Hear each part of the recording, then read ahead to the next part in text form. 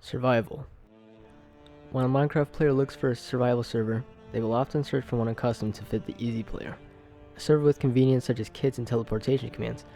However, a true survival server cuts all this and gets back to the simplistic form of vanilla Minecraft. This is the story of Fight to Survive, the oldest cookie-owned server in all of Minecraft.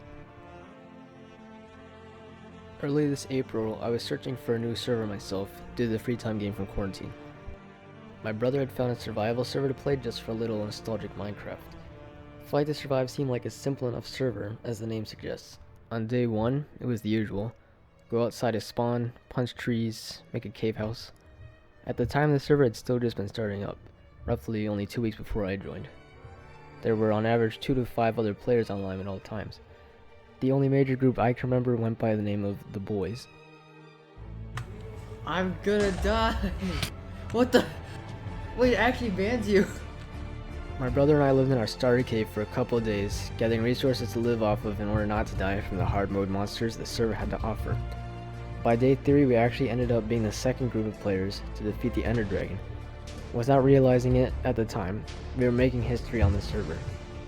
I began gathering as many elytras as possible, knowing they would become prized in only a couple of days. The server was growing rapidly these next few days, and we knew we had to move farther from spawn to have a chance at keeping our status on the server.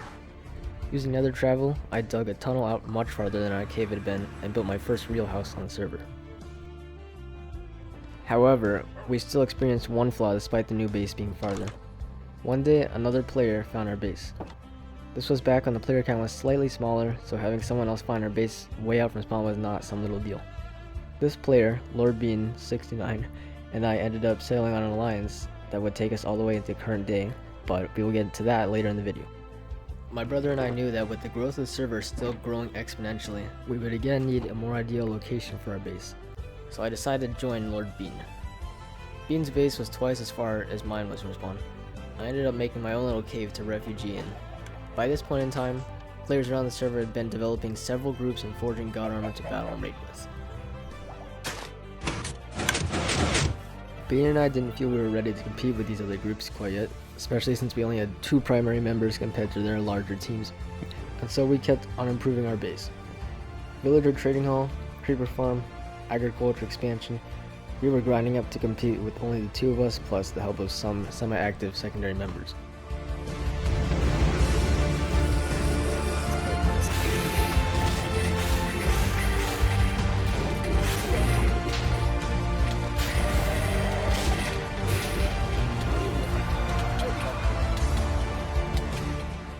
By week 1 of playing Fight to Survive, Bean and I were able to compete at spawn, the hottest location on the server. Several other players hovered the borders at spawn, waiting for any unsuspecting players to step out. Most of these spawn campers were part of the already mentioned group, the Boys. Bean and I had gained somewhat of a resentment for this group because of this. Again, we decided that we weren't quite cut out to deal with the group that large. At this time, I began to split and solo kill players at spawn, making sure to keep my distance from the Boys. While I feared their team and especially their leader, Bloodwrath, it became apparent that their team was flawed. To say the least, they had weaker links. On April 27th, one of their members built a massive wall in front of spawn, sparking fear among the new players. I wanted to make a stand for myself in the server, and so I took on a project I didn't think I'd go through with. By waiting till their team was offline, I deleted the entire wall of the Boys.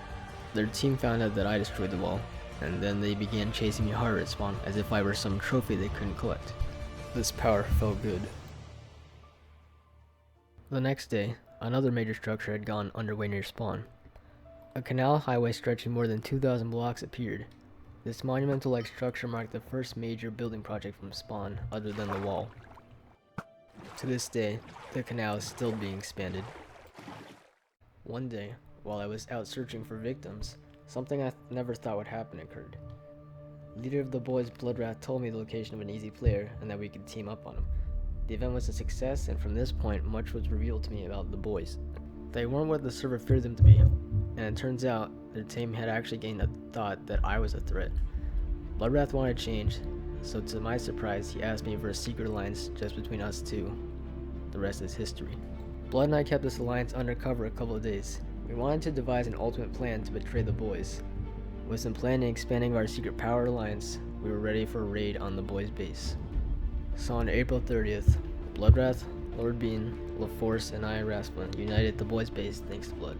I did not record the raid in fear that it may cause me to lag and die. We had an epic invasion of their base, Blood and I chasing one of the boys and Bean and LaForce going after another. Blood and I got one of them, but the rest had fled through mining tunnels. We chased them to their end portal, and to our surprise, even more threatening players had joined the fight on the end island. Freelancers occupied the exits of the island and seemed to side with the fleeing boys, simply wanting a reason to fight for and defending the boys. The end war lasted a good few minutes, but nobody wanted to fight, so the fight dispersed and the raid had ended. We had defeated the boys. Bean and I had risen from our humble beginnings into the spotlight of the competitive scene of the server. We had created the most powerful team of the entire server fight to survive, the Overlords. With this newfound power, we need to create a new HQ for the entire team. Blood began working on a massive project, which he's still in the works of, and B and I decided to create a safer base to confine our power. To this day, the Overlords consist of 5 main members and have allies in several other groups.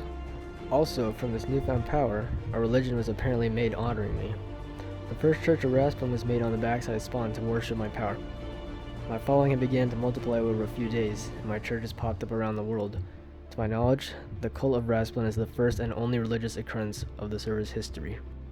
This takes us to today, and my current base is trying to create a powerhouse to live in since we just moved in. I am still traveling around the land, searching for resources and structures. But other than our base being in the works, I can confidently say that the Overlords is on top of the server, hopefully for much more time to come.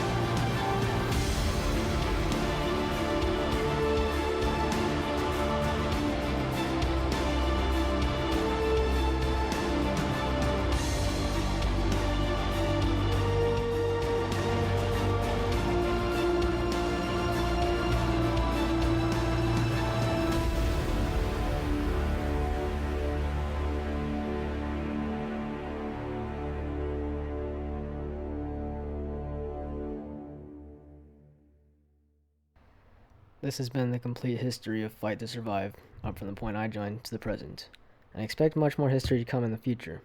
If you enjoyed this documentary/cinematic style video, like and subscribe and I'll make some more. If you'd like to join us in the adventure, the server IP is in the video description. This has been Rasplin, and I'll see you guys in the next video. Peace.